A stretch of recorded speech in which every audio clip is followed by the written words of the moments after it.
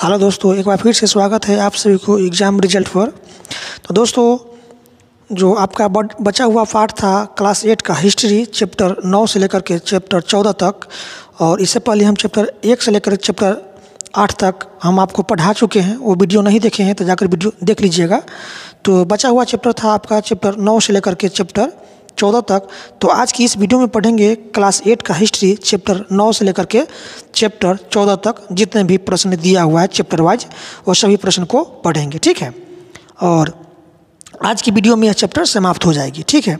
और इससे पहले हम क्लास 8 का हिस्ट्री जो है ना चैप्टर 1 से लेकर चैप्टर 8 तक पढ़ा चुके हैं। वीडियो जाकर आप देख लीजिएगा यदि आप नहीं देखे होंगे तो आज पढ़ेंगे चैप्टर 9 से लेकर के चैप्टर 14 पूरा चैप्टर, ठीक है। आज चैप्टर यह समाप्त हो जाएगा। कल से हम लेकर आएंगे आपके लिए क्लास 9th का, ठीक है।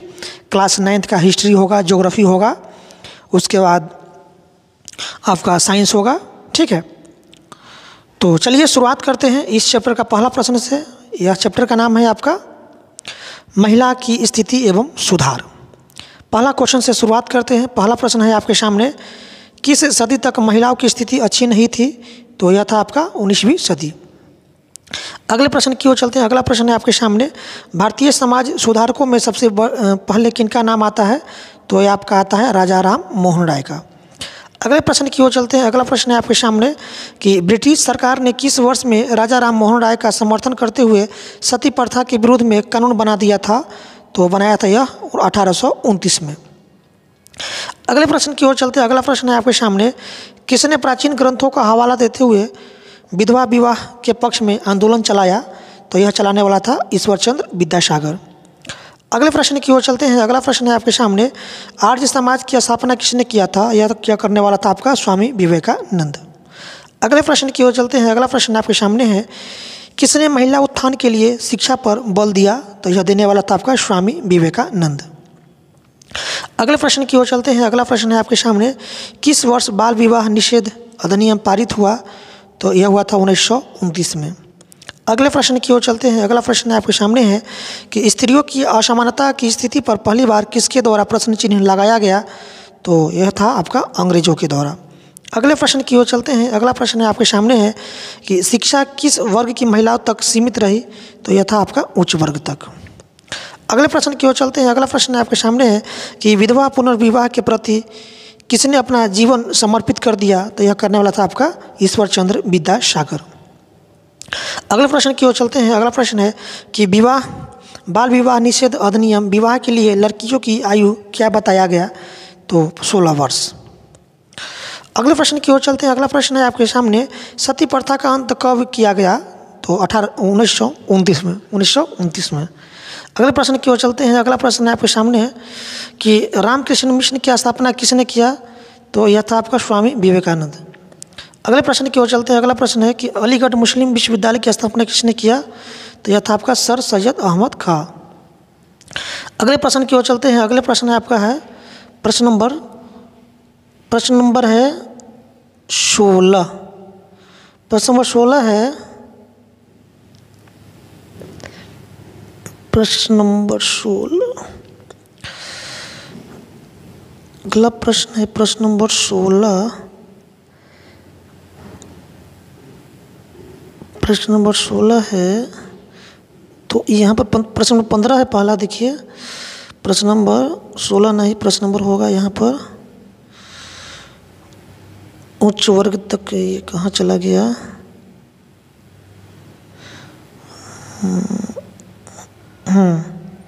ये प्रश्न नंबर 13 होगा। रामकृष्ण मिशन की स्थापना किसने किया था? यह करने वाला था आपका स्वामी विवेकानंद। अगले प्रश्न की ओर चलते हैं। अगला प्रश्न है, अलीगढ़ मुस्लिम विश्वविद्यालय की स्थापना किसने किया था? तो यह किया था आपका सर सैयद अहमद खां। अगला प्रश्न है प्रश्न नंबर 15 है कि एक प्रसिद्ध समाज सुधारक कौन थे? तो यह था आपका ईश्वरचंद्र विद्यासागर। अब आपका अगला अध्याय होगा अध्याय 10, अंग्रेजी शासन एवं शहरी बदलाव। चलिए इसमें जो दिया हुआ चैप्टर उसको शुरुआत करते हैं। पहला चैप्टर है, किसकी हुकूमत के कारण गाँवों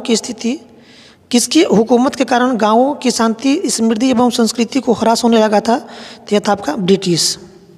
अगले प्रश्न की ओर चलते हैं। प्रश्न नंबर 2 है आपके सामने कि गाँवों में कौन से कार्य करने वाले लोग रहते थे? तो यह था आपका कृषि कार्य। अगले प्रश्न की ओर चलते हैं। प्रश्न नंबर 3 है आपके सामने।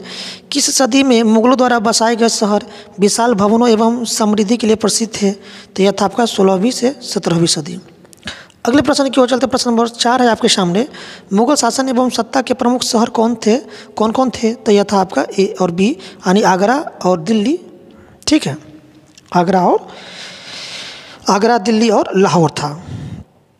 अगले प्रश्न की ओर चलते हैं। प्रश्न नंबर 5 है आपके सामने कि भारत में रेलवे की शुरुआत कब हुई थी? तो यह हुआ था आपका 1853 में। अगले प्रश्न की ओर चलते हैं। प्रश्न नंबर 6 है आपके सामने। सूती एवं ऊनी कपड़े एवं चमड़े की वस्तुएं कहाँ बनती थी? तो यह बनता था आपका कानपुर में। अगले प्रश्न की ओर चलते हैं। प्रश्न नंबर 7 है आपके सामने। स्टील उत्पादन के लिए कौन विख्यात है? तो यह था जमशेदपुर। अगले प्रश्न की ओर चलते हैं। अगला प्रश्न है कि तसर सिल्क का कपड़ा तैयार करने के लिए कौन विख्यात है? तो यह था आपका भागलपुर। अगले प्रश्न की ओर चलते हैं। प्रश्न नंबर 9 की तरफ। प्रश्न नंबर 9 है कि भागलपुर में तैयार कपड़े किस देश में भेजे जाते थे? तो यह था आपका यूरोपीय देश में। अगले प्रश्न की ओर चलते हैं। प्रश्न नंबर 10 है किस काल में भागलपुर महत्वपूर्ण शिक्षा का केंद्र भी था? तो यह था आपका प्राचीन काल में। अगले प्रश्न की ओर चलते हैं। प्रश्न नंबर 11 है आपके सामने कि भागलपुर नगर पालिका की स्थापना किस वर्ष हुई थी? तो वो था 1864 में। अगले प्रश्न की ओर चलते हैं। प्रश्न 16 है। प्रश्न नंबर 12 है आपके सामने कि भागलपुर में संस्कृति कर्मी कौन थे? तो यह था आपका भागलपुर में संस्कृति कर्मी कौन थे? तो यह था आपका हरिकुंज, शरत चंद्र और धीरवेदु बाबू। ठीक है। अगले प्रश्न की ओर चलते। प्रश्न नंबर 13 है कि प्रेसिडेंसी शहरों में कौन लोग अलग अलग इलाकों में रहते थे? तो यह था आपका गोरे लोग और काले लोग। अगले प्रश्न की ओर चलते। प्रश्न नंबर 14 है आपके सामने कि कालजयी उपन्यास की रचना किसने किया था? तो यह करने वाला था आपका शरत चंद्र। अगले प्रश्न की ओर चलते। प्रश्न नंबर 15 है आपके सामने। किसे सिल्क सिटी रेशमी शहर के नाम से जाना जाता है? तो यह है आपका भागलपुर। अगले प्रश्न की ओर चलते। प्रश्न नंबर 16 है किसके काल में भागलपुर शहर सूफी संस्कृति का केंद्र नहीं था? तो यह था आपका मुस्लिमों के काल में। अगले प्रश्न की ओर चलते। प्रश्न नंबर 17 है आपके सामने कि अंग्रेजों ने नई दिल्ली की राजधानी कब बनाया? तो यह बनाया था आपका 1912 में। अब हमारा अगला चैप्टर होगा चैप्टर 11 और पाठ का नाम है काल क्षेत्र में परिवर्तन। ठीक है, तो आइए इस चैप्टर में दिया हुआ प्रश्न को पढ़ते हैं। पहला प्रश्न है आपके सामने। पहला प्रश्न है किस सदी में कई यूरोपीय कलाकार अंग्रेज व्यापारियों एवं अधिकारियों के साथ भारत आए थे? तो यह था 18वीं शताब्दी में। अगला प्रश्न आपके सामने है कि किन कलाकारों के द्वारा विदेश में भारत की छवि की हीन रूप से दिखाया गया था? तो यह था आपका यूरोपीय। अगले प्रश्न की ओर चलते। अगला प्रश्न आपके सामने है यूरोपीय कलाकारों के द्वारा कहाँ की छवि को श्रेष्ठता के रूप में दिखाया गया? तो यह था आपका ब्रिटेन। अगले प्रश्न की ओर चलते हैं। अगला प्रश्न आपके सामने है कि किस वर्ष यूरोपीय चित्रकार यूहान जोसेफ भारत आए थे? तो यह आया था 1780 में। अगले प्रश्न की ओर चलते हैं। अगला प्रश्न है कि राजदरबार में रहते हुए बिहार में कलाकारों ने किस पेंटिंग को प्रमुख चित्र शैली को विकसित और प्रसिद्ध किया? तो यह था आपका मधुबनी पेंटिंग। अगले प्रश्न की ओर चलते हैं। अगला प्रश्न है आपके सामने है कि 20वीं सदी के प्रारंभ में कौन चित्रकार ने राष्ट्रवादी कला शैली विकसित कर राष्ट्रवादी संदेश देने का महत्वपूर्ण कार्य किया? तो यह था आपका राजा रवि वर्मा। अगले प्रश्न की ओर चलते हैं। अगला प्रश्न है कि ब्रिटिश सरकार ने 19वीं सदी में कहाँ कहाँ कला स्कूलों की स्थापना की? तो कलकत्ता, बम्बई, लाहौर, मद्रास, ये सभी जगह। तो इसका राइट आंसर हो जाएगा इनमें से सभी। अगले प्रश्न की ओर चलते हैं। अगला प्रश्न है कि जब 19वीं सदी के अंतिम दशक में राष्ट्रवादी विचार उभरने लगे तब इनमें से किसका रचना होने लगी? तो ये हुआ था आपका साहित्य की। अगले प्रश्न की ओर चलते हैं। अगला प्रश्न 9 है आनंद मठ की रचना किसने किया था? तो यह करने वाला था आपका बंकिम चंद्र चटर्जी। अगले प्रश्न की ओर चलते हैं। प्रश्न नंबर 10 है आपका कि बंगाल भाषा के महान साहित्यकार कौन है? तो यह आपका है बंकिम चंद्र चटर्जी। अगला प्रश्न है कि चित्र रखने की किताब को क्या कहा जाता था? तो इसको कहते हैं एल्बम। अगले प्रश्न की ओर चलते हैं। प्रश्न नंबर 12 है आपके सामने किसी व्यक्ति का ऐसा चित्र जिसमें उसके चेहरे एवं हाव भाव पर विशेष जोर दिया गया उसे क्या कहा जाता है? तो उसको कहता है रूप चित्र। अगले प्रश्न की ओर चलते प्रश्न नंबर 13 है कि गाढ़ा और मोटा कपड़ा जिस पर चित्र बनाया जाता है उसे क्या कहा जाता है? तो उसको कहते हैं किरमिच कहते हैं। ठीक है, अगले प्रश्न की ओर चलते हैं। अगला प्रश्न है आपके सामने, दीवार पर बने चित्र को क्या कहा जाता है? तो उसको कहते हैं भित्ति चित्र। अगले प्रश्न की ओर चलते प्रश्न नंबर 15 है कि क्या भारतेंदु हरिश्चंद्र ने भारतीय धन के लू को नाटक के माध्यम से पर्दाफाश किया है? तो यह हो जाएगा आपका आंसर हो जाएगा सी, हाँ। अगले प्रश्न की ओर चलते हैं। प्रश्न नंबर 16 है आपके सामने कि औपनिवेशिक काल में बनाए गए छवि चित्र कौन सा चित्र होते थे? तो यह था आपका तैल चित्र। अब आपका अगला अध्याय होगा अध्याय 12। अध्याय का नाम है, पाठ का नाम है 1885 से 1947 का राष्ट्रीय आंदोलन। यह बहुत ही महत्वपूर्ण चैप्टर है, आप इसको अच्छे से पढ़िए। चलिए शुरुआत करते हैं पहला क्वेश्चन से। पहला क्वेश्चन है कि 1857 के विद्रोह को ब्रिटिश हुकूमत ने कुचल दिया, लेकिन इसे उपजा असंतोष किस में कायम रही? तो यह हुआ था भारतीयों में। प्रश्न नंबर 2 की तरफ चलते हैं। प्रश्न नंबर 2 है कि भारतीय राष्ट्रीय कांग्रेस की स्थापना कब हुई थी? तो यह हुआ था आपका 1885 में। अगले प्रश्न की ओर चलते हैं। अगला प्रश्न है कि भारतीय राष्ट्रीय कांग्रेस का जनक किसे कहा जाता है? तो A.O. ह्यूम को। ठीक है, अगले प्रश्न की ओर चलते हैं। अगला प्रश्न है आपके सामने है कि भारतीय राष्ट्रीय आंदोलन को कितने कालों में बांटा गया है? तो यह 3 कालों में। अगले प्रश्न की ओर चलते हैं। अगला प्रश्न आपके सामने है कि इनमें कौन उदारवादी नेताओं में प्रमुख थे? तो यह था आपका सुरेंद्रनाथ बनर्जी, दादा भाई नौरोजी, गोपाल कृष्ण गोखले, ये सभी क्या थे? उदारवादी नेता थे। अगले प्रश्न की ओर चलते हैं। अगला प्रश्न आपके सामने है इनमें से कौन उग्रवादी नेता थे? तो सुरेंद्रनाथ बनर्जी, बाल गंगाधर तिलक और गोपाल कृष्ण गोखले। तो इसमें कौन हो जाएगा? इसका आंसर हो जाएगा आपका ऑप्शन बी, बाल गंगाधर तिलक। ये क्या थे? उग्रवादी नेता थे। अगले प्रश्न की ओर चलते हैं। प्रश्न नंबर 7 है आपके सामने कि महात्मा गांधी दक्षिण अफ्रीका से भारत कब लौटे थे? तो 1915 में। अगले प्रश्न की ओर चलते हैं। अगला प्रश्न है आपके सामने है। प्रश्न नंबर 8 है कि गांधी जी ने किस खेती के लिए बिहार के किसानों के समर्थन में अपना सत्याग्रह आंदोलन किया? तो यह था आपका नील की खेती। ठीक है, नील की खेती के लिए महात्मा गांधी जी ने बिहार के किसानों के समर्थन में अपना सत्याग्रह आंदोलन किया था। अगले प्रश्न की ओर चलते हैं। प्रश्न नंबर 9 है आपके सामने। प्रश्न नंबर 9 है किसने 1919 में रोलेट एक्ट नामक कानून बनाया? तो ये बनाने वाला था आपका अंग्रेज। अगले प्रश्न की ओर चलते हैं। प्रश्न नंबर 10 है आपके सामने कि रोलेट एक्ट नामक कानून का विरोध किसने किया था? तो यह करने वाला था आपका महात्मा गांधी। अगले प्रश्न की ओर चलते हैं। प्रश्न नंबर 11 है कि रोलेट एक्ट के विरोध में गांधी जी ने 1920 में कौन सा आंदोलन चलाया? तो असहयोग आंदोलन। अगले प्रश्न की ओर चलते हैं। प्रश्न नंबर 12 है आपके सामने कि गांधी जी ने सविनय अवज्ञा आंदोलन कब चलाया था? तो 1930 को। अगले प्रश्न की ओर चलते हैं। 1942 में गांधी जी के द्वारा कौन सा आंदोलन चलाया गया था? तो 1942 में चला गया असहयोग आंदोलन। ठीक है, असहयोग आंदोलन। अगले प्रश्न की ओर चलते प्रश्न नंबर 14 है आपके सामने है कि भारत कब आज़ाद हुआ? तो 1947 को। अगले प्रश्न की ओर चलते प्रश्न नंबर 15 है आपके सामने कि कांग्रेस की स्थापना में किन तत्वों ने महत्वपूर्ण भूमिका निभाई? तो ये निभाने वाला था शुरुआती में राजनीतिक संगठन। अगले प्रश्न की ओर चलते प्रश्न नंबर 16 है आपके सामने कि आईसीएस की परीक्षा में शामिल होने के लिए उम्र अवधि 21 वर्ष से घटाकर कितनी की गई थी? तो ये हुआ था आपका 19 वर्ष। ठीक है, आईसीएस की परीक्षा में सम्मिलित होने के लिए आयु जो था पहले था 21 वर्ष, तो उसे घटाकर कितना कर दिया गया था? 19 वर्ष, याद रखिएगा।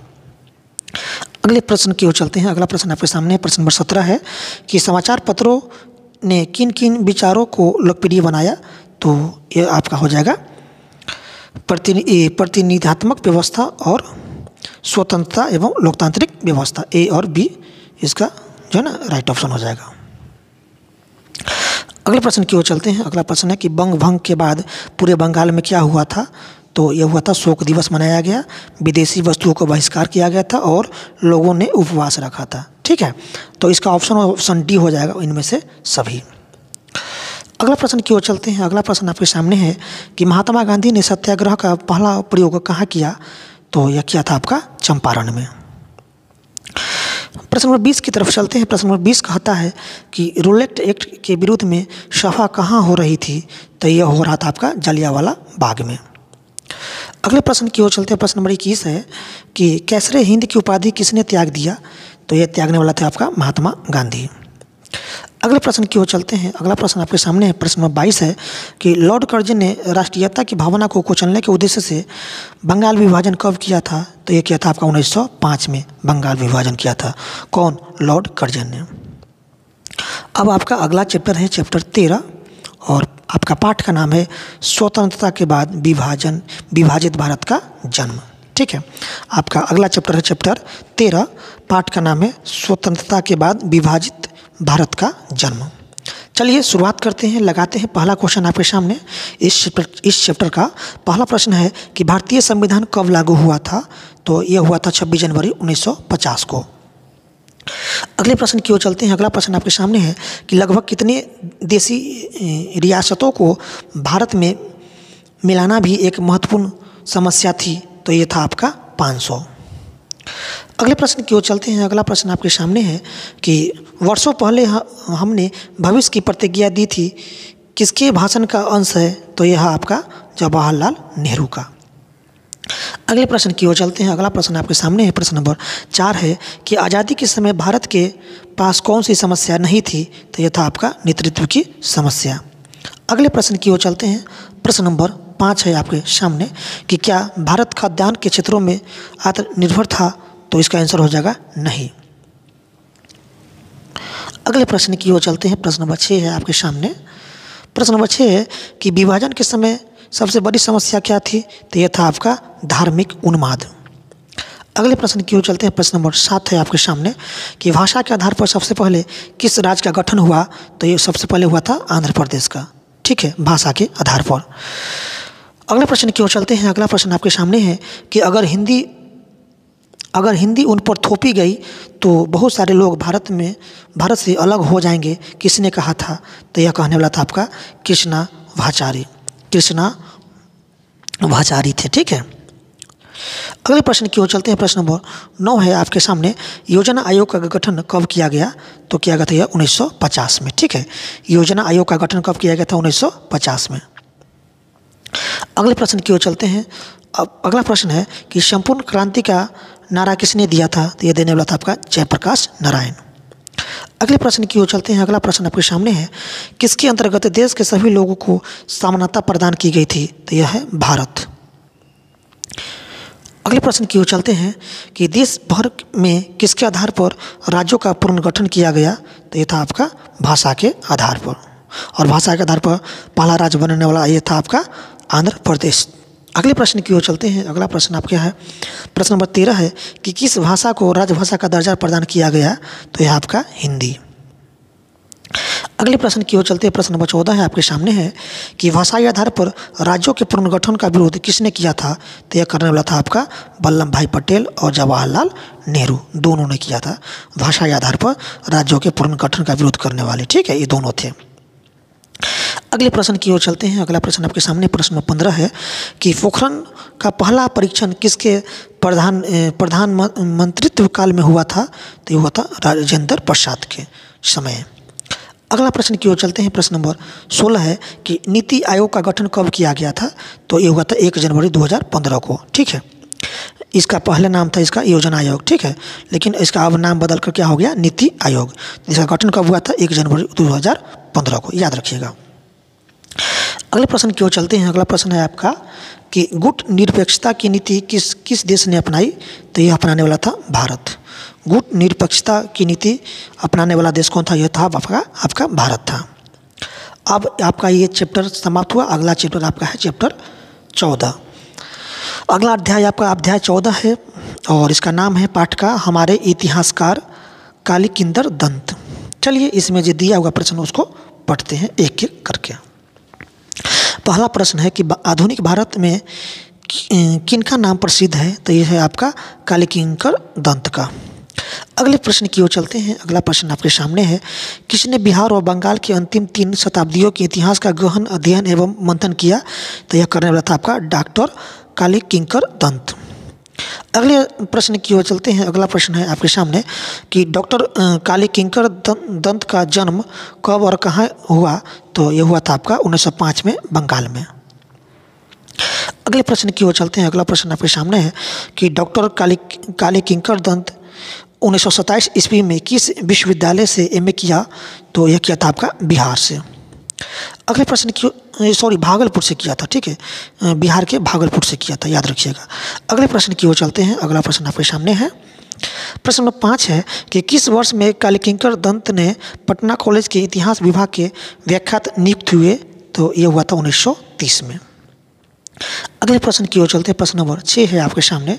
किनका 40 वर्ष की आयु में अलवर्दी एंड हिट्ज टाइम्स नामक शोध प्रबंध सेवा वर्ग 1 में हुई? तो यह था आपका कालीकिंकर दंत। अगले प्रश्न की ओर चलते हैं। अगला प्रश्न आपके सामने है कि किस विश्वविद्यालय से कालीकिंकर दंत को डॉक्टर की उपाधि मिली? तो यह था आपका कलकत्ता विश्वविद्यालय। अगले प्रश्न की ओर चलते हैं। अगला प्रश्न आपके सामने है। किस वर्ष कालीकिंकर दंत को पटना कॉलेज का प्राचार्य बनाया गया? तो यह था आपका 1950 में। अगले प्रश्न की ओर चलते हैं। प्रश्न नंबर 9 है आपके सामने। किस विश्वविद्यालय से अवकाश ग्रहण करने के बाद वे पटना विश्वविद्यालय के उप कुलपति बने? तो यह था आपका मगध। अगले प्रश्न की ओर चलते हैं। प्रश्न नंबर 10 है आपके सामने कि डॉक्टर कालीकिंकर दत्त कितने पुस्तकों का लेखन एवं संपादन किया था? तो 50 से भी अधिक। अगले प्रश्न की ओर चलते हैं। प्रश्न नंबर 11 है आपके सामने कि डॉक्टर कालीकिंकर दत्त की मृत्यु कब हुई थी? तो हुआ था आपका 22 मार्च 1982 को। तो इस तरह से इस पाठ में जितने भी चैप्टर दिया हुआ था और चैप्टर वाइज जितने भी प्रश्न दिया हुआ था उस सभी प्रश्न को समाप्त